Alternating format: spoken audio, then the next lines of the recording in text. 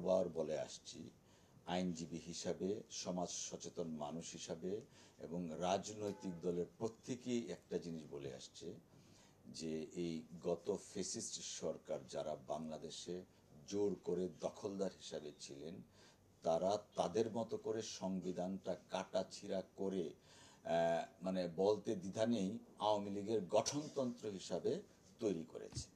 অর্থাৎ আমাদের মহান মুক্তিযুদ্ধের মাধ্যমে যে স্বাধীনতা অর্জিত হয়েছিল, সেই স্বাধীনতার যে সত্যিকার তাৎপর্য, গণতান্ত্রিক বাংলাদেশ, মৌলিক অধিকারের বাংলাদেশ, সেই জিনিসগুলা তারা ডেস্ট্রয় করে দিয়েছে তাদের প্রয়োজনে, তাদের মতো করে সংবিধানটাকে কাটছাড় করেছেন।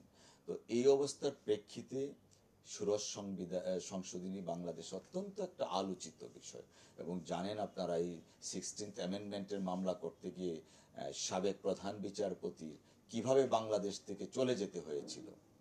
তো এই 16th অ্যামেন্ডমেন্ট যেটা হয়েছে, বেসিক্যালি আসলে কি আমাদের দেশের যে একটা সুন্দর সুস্থ স্বাভাবিক ধারাবাহিকতা ছিল, ইন পার্টিকুলার মহামান্য সুপ্রিম কোর্টের জাস্টিস সাহেবদের বিষয়ে, সুপ্রিম জুডিশিয়াল কাউন্সিলের মধ্যে অপসারণ, এই বিষয়টা মূলত বাংলাদেশের স্বাধীনতার মহান ঘোষক শহীদ রাষ্ট্রপতি জিয়াউর রহমান সাহেব সংবিধানে আনয়ন করেছিলেন আর্টিকেল 96-এ, সুপ্রিম জুডিশিয়াল কাউন্সিল।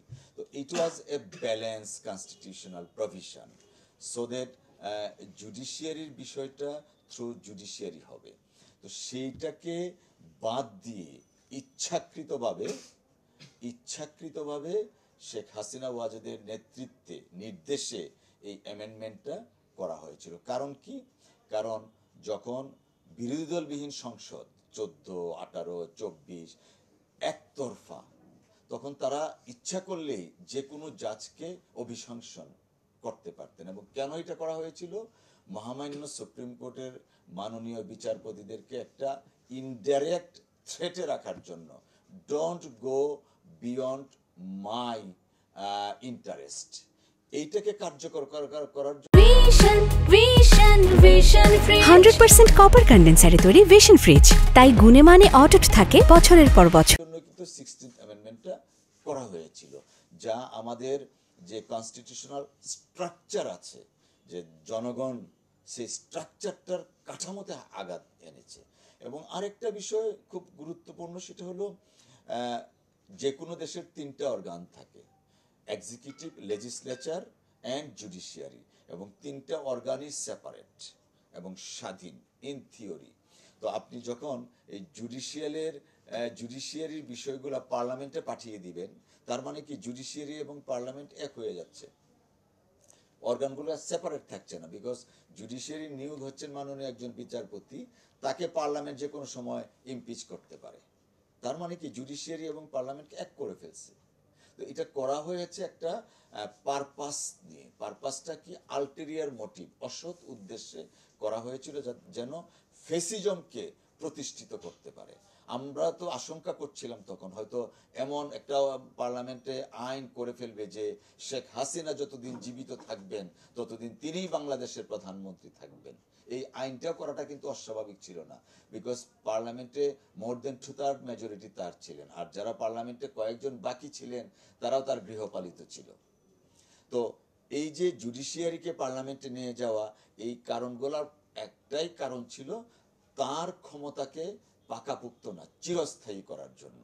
তো এখন আমরা মনে করি, সচেতন মহল মনে করেন, এই সুপ্রিম জুডিশিয়াল কাউন্সিলকে পুনর্বহাল করতে হবে দেশের স্বার্থে, গণতন্ত্রের স্বার্থে।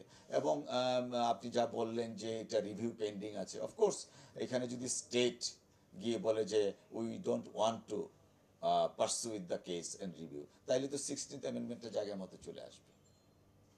সো আমাদের বিষয়টা হচ্ছে দেশ, জাতি এবং greater interest of the country, supreme judicial কাউন্সিলটা পুনর্বহাল করতে হবে, যেন আমাদের যে সুপ্রিম কোর্ট এবং আইন আদালত তথা জুডিশিয়ারির যে ঋত গৌরব ছিল, ঐতিহ্য ছিল, সেটা পুনর্বহাল করার জন্য। আপনি একটা জিনিস চিন্তা করে দেখেন না, যে এতদিন কিন্তু সুপ্রিম জুডিশিয়াল কাউন্সিল নিয়ে কোনো কথা বলে নাই।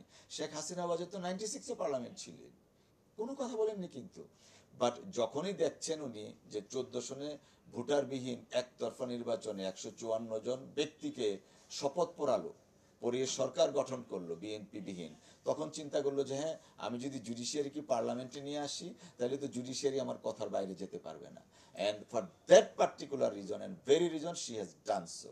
দেয়ারফর এখন এটা গণতন্ত্রকামী, মুক্তিকামী, ছাত্র জনতা, সচেতন, আইনজীবী প্রত্যেকের দাবি সুপ্রিম জুডিশিয়াল কাউন্সিল আগে যা ছিল তা পুনর্বহাল করা।